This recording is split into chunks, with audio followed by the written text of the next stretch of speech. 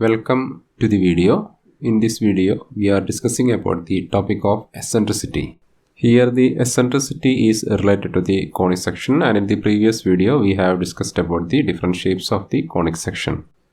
Now we will look at how we can define the different shapes of conic section based on the eccentricity value.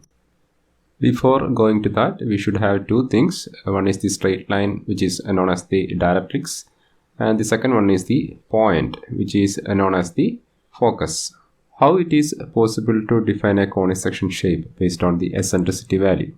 Now take an example. If we have to plot the locus of a point which travels such that the distance from a fixed point is always same, then that geometry, as we all know, is going to be a circle, because if we consider circle as a locus of a point, then that point will be having a fixed distance of a radius from the fixed point, and that fixed point is usually we call it as the center of the circle rather than we calling it as the focus.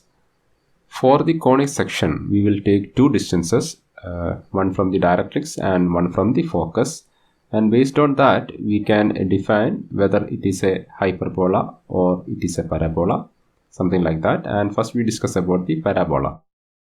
Suppose we had to plot the locus of a point with the condition such that the locus should always keep a equal distance with the focus and with the directrix. So distance with the directrix means the perpendicular distance with the directrix. In that case, the geometry we are going to get is the parabola. That is, if we take a red dot on the parabola, then the distance with the directrix is A1 and the distance with the focus is B1, and A1 should be equal to B1. Now take a green dot on the parabola, then distance with the directrix is A2 and distance with the focus is B2, then A2 should be equal to B2. Then the third point, that the blue one, the distance with the directrix is A3 and the distance with the focus is B3. Now the A3 should be equal to B3. Now in some other terms, we can define some term which is known as the eccentricity, which is the topic of this video, which is the ratio between the distance from the fixed point, which is the focus, divided by distance from the fixed line, which is known as the directrix. So here the eccentricity, the common letter is small letter E, will be equal to B1 by A1 equal to B2 by A2 equal to B3 by A3 equal to 1. So that means for a parabola, the value of eccentricity is going to be equal to 1. Parabola in itself comes with a wide varieties. That is, some will be wide open, some will be narrower, but all should be having the eccentricity value equal to 1. Then how it is possible? So that is possible by varying the distance between the focus and the directrix. That is, if the distance between the focus and directrix is more, then the parabola will be wide open, and if the distance is less between the focus and directrix, then the parabola will be narrower. But in all cases, the value of the eccentricity will be equal to 1. So for the next shape, we define a condition such that the locus of the point is such that the distance from the directrix is always less than the distance from the focus. So if you going to plot such a condition with bearing a constant ratio, that keep in mind, what you are going to get is known as the hyperbola.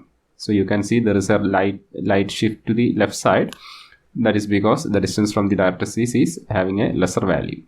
So here we take the first point, red point, with the distances A1 and B1, then the green one with the distances A2 and B2, then the third one with the distances A3 and B3. So if we find the value of the eccentricity, that is equal to B1 by A1 equal to B2 by A2, and which is equal to B3 by A3, and that value is going to be greater than 1, and that figure is known as the hyperbola.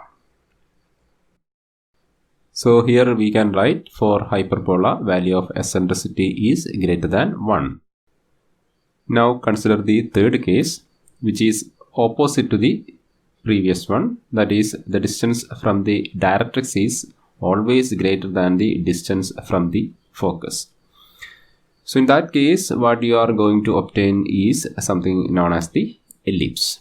So for the ellipse, if we take the first point, a red one, the distances are A1 and B1, and the green one, the distances are A2 and B2, and the blue one, the distance from the directrix is A3 and distance from the focus is B3.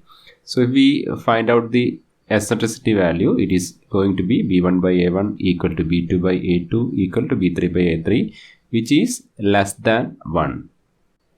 So here I am writing as, for ellipse, the value of eccentricity is going to be less than 1. So this is the explanation for the eccentricity, that is a definition for the eccentricity, and how you can distinguish the different conic shapes based on the eccentricity values. Thank you for watching.